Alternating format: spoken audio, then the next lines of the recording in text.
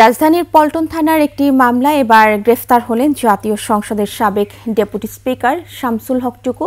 তিনি ছাড়াও গ্রেফতার হয়েছেন সাবেক তথ্য প্রযুক্তি প্রতিমন্ত্রী জুনায়েদ আহমেদ পলক এবং ঢাকা বিশ্ববিদ্যালয় ছাত্রলীগের সাধারণ সম্পাদক তানভীর হাসান সৈকত। গতরাতে তাদের নগরীর নিকুঞ্জ এলাকা থেকে গ্রেফতারের কথা জানায় ডিএমপি। দীপু শিকদার রিপোর্ট।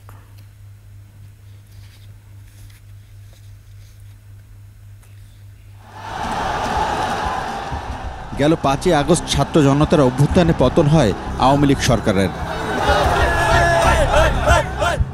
দেশ ত্যাগ করেন ক্ষমতাচ্যুত প্রধানমন্ত্রী শেখ হাসিনা।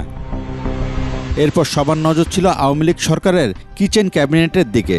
এই সময় সামাজিক যোগাযোগ মাধ্যমে ছড়িয়ে পড়ে শাহজালাল বিমানবন্দরের ইমিগ্রেশনে আটকে দেওয়া হয়েছে সদ্য সাবেক তথ্য প্রযুক্তি প্রতিমন্ত্রী জুনায়েদ আহমেদ পলককে।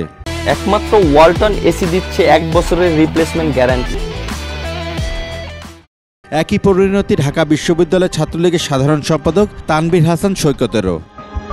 এরপর বুধবার রাতে ডিএমপির খুদে বার্তায় জানানো হয় গ্রেপ্তার হয়েছেন জাতীয় সংসদের সাবেক ডেপুটি স্পিকার শামসুল হক টুকু, সাবেক ডাক, টেলিযোগাযোগ ও তথ্য প্রযুক্তির প্রতিমন্ত্রী জুনায়েদ আহমেদ পলক এবং ছাত্রলীগ ঢাকা বিশ্ববিদ্যালয় শাখার সাধারণ সম্পাদক সৈকত। খুদে বার্তায় আরও জানানো হয় রাজধানীর পল্টন থানার একটি মামলায় তাদের নিকুঞ্জ এলাকা থেকে আত্মগোপনে থাকা অবস্থায় গ্রেপ্তার করা হয়। দীপু শিকদার, 21 টেলিভিশন, ঢাকা।